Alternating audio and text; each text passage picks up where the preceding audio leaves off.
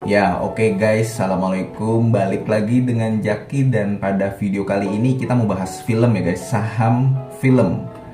Jadi saham ini salah satu request dari teman gua. Dia minta pendapat pribadi gua, ya. Dan gua akan ngomong apa adanya mengenai saham film ini. Jadi mungkin akan terdengar menyakitkan kalau misalkan lu ada yang pegang dan mungkin nyangkut di saham film ini ya. Mohon maaf guys, gue akan ngomong apa adanya sesuai dengan pengamatan gue. Jadi sesuai dengan pengamatan gue, bisa benar, bisa salah juga. Lu boleh skip kalau memang mungkin takut mentalnya terganggu guys ya. Jadi begini, saham film ini gue udah baca laporan keuangannya dan gue sudah melihat paling tidak sampai di tahun 2018. Kita langsung ke laporan keuangannya aja. Ekuitasnya di tahun 2018 itu 1,3 triliun, tahun 2019 1,4 triliun, di tahun 2020 1,3 triliun, jadi naik turun lagi. Di tahun 2021 dia ekuitasnya 1,2 triliun. Ini turun karena memang si MD Entertainment film ini dia membayar dividen guys ya di tahun 2020, yang mana sebenarnya dia EPS-nya minus tapi membayar dividen. Jadi kalau misalkan hal seperti itu biasanya akan dan hampir pasti mengurangi ekuitasnya. Dan di tahun 2022 sampai dengan kuartal ketiga 2022 itu dia naik ekuitasnya jadi 1,5 triliun. Nah, gue suka sebenarnya sama saham film ini sebagai perusahaan. Jadi lu boleh lihat di laporan keuangannya guys. Untuk liabilitasnya, hutangnya, saham film ini kecil guys. Baik di liabilitas jangka pendek. Jadi di liabilitas jangka pendek cuma ada utang usaha, utang pajak, terus habis itu utang dengan perusahaan lain, utang dengan pihak relasi. Tidak ada hutang bank. Dan nominal keseluruhan dari liabilitasnya itu kecil, cuman 100 miliar guys. Bayangkan ekuitasnya yang mencapai 1,5 triliun. Jadi sebenarnya perusahaan ini dilihat dari fundamentalnya sehat. Sehat banget, dia punya hutang cuman sedikit, ekuitasnya gede, asetnya juga gede. Kalau misalkan si perusahaan ini katakanlah dia mau melunasi hutangnya sekaligus langsung ya bisa aja receh. Gampang gitu loh. Makanya gue suka si film ini dari situ. Oke, kita ke penjualan. Memang di tahun 2020 agak berat. Jadi film ini, saham film ini kan MD ya guys, PT MD Pictures. Jadi dia berdirinya di tahun 2022, perusahaan yang lama. Kemudian dia ini bergerak dalam bidang perfilman, menjalankan kegiatan dan pembuatan memproduksi film dan video, melakukan kegiatan perdagangan film dan video ke layar lebar, ke stasiun televisi, kemudian ke digital. Jadi kalau lu lihat webnya, lu tahu KKN Desa Penari guys? Ya, KKN Desa Penari, Danur, kemudian Asih ini yang main kalau nggak salah Pevita Pierce deh.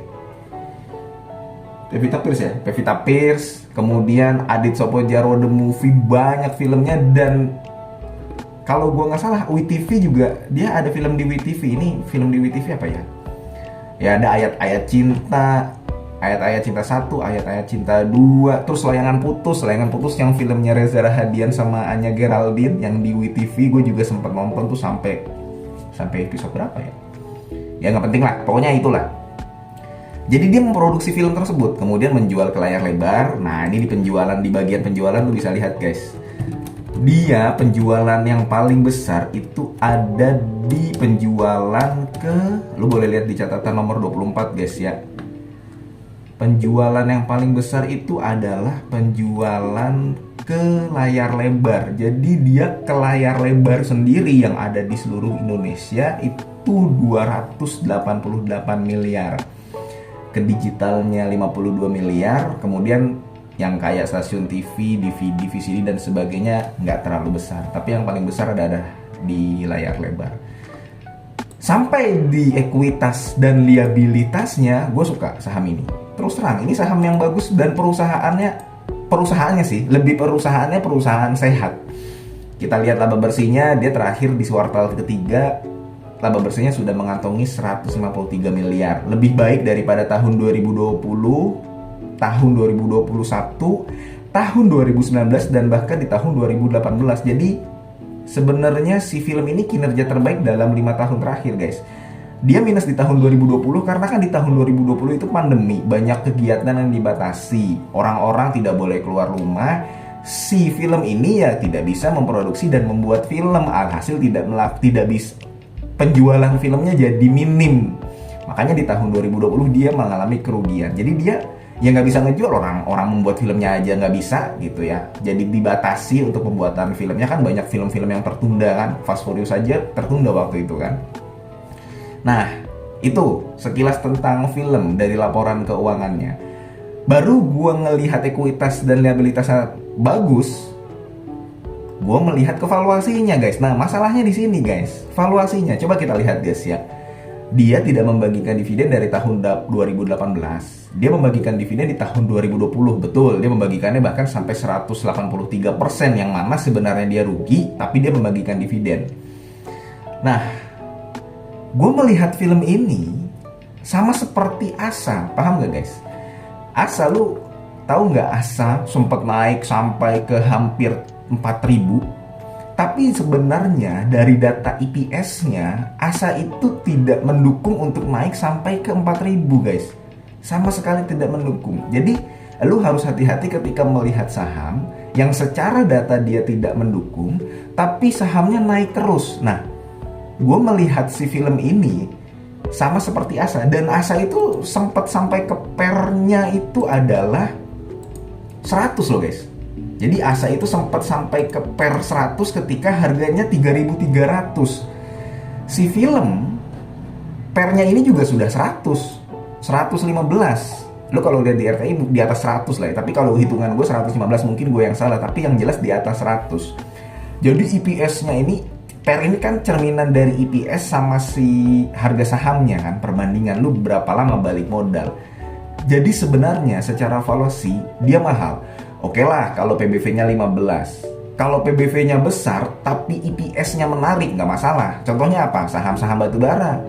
Contohnya apa? Salah satunya Indosemen. Ini berbeda sektor, guys ya, tapi nggak apa-apa kita ngomongin contoh salah satu dan beberapa saham aja. Indosemen nggak bakal bisa dia turun ke PBV 1 0, susah, karena perusahaan bagus, perusahaan sehat, bagi dividennya gede, paling enggak 4%, 5% dividen yieldnya, utangnya kecil, ya dia kalau turun memang lagi terpuruk perusahaan semen, turunnya paling sampai PBV 1,7.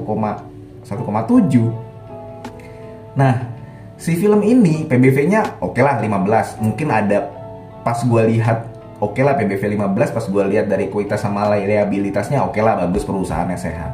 Tapi pas dilihat dari EPS-nya, wah ini menurut gua berpotensi menjadi Asa kedua, Adisarana Armada, yang mana dia naik sampai tinggi. Gua kurang bisa tahu naiknya karena apa, karena tidak didukung dengan EPS-nya.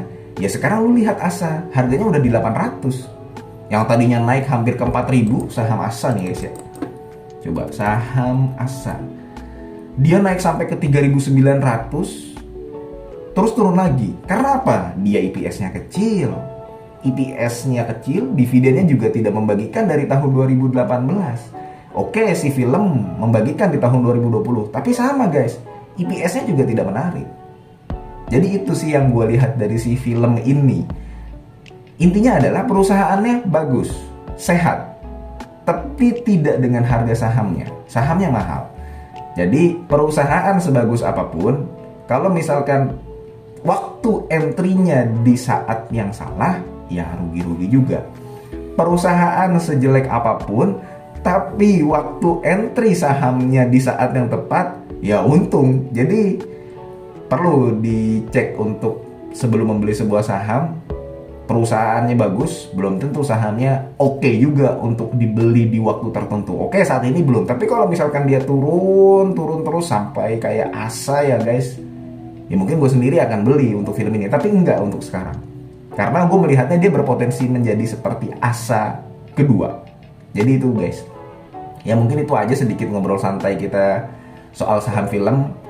Ini salah satu yang di request oleh temen gue guys ya, dan gue juga nggak pernah baca laporan keuangannya, baru gue coba baca laporan keuangannya di hari ini tanggal 30 November 2022 dan menarik kalau harganya turun dalam baru menarik ini si film.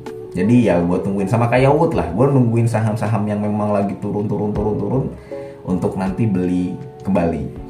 Ya paling itu aja guys, semoga video ini bermanfaat, mudah-mudahan lu sehat selalu dan kita bisa bertemu di video selanjutnya. Ini bukan ajakan jual beli ya guys. Wassalamualaikum warahmatullahi wabarakatuh.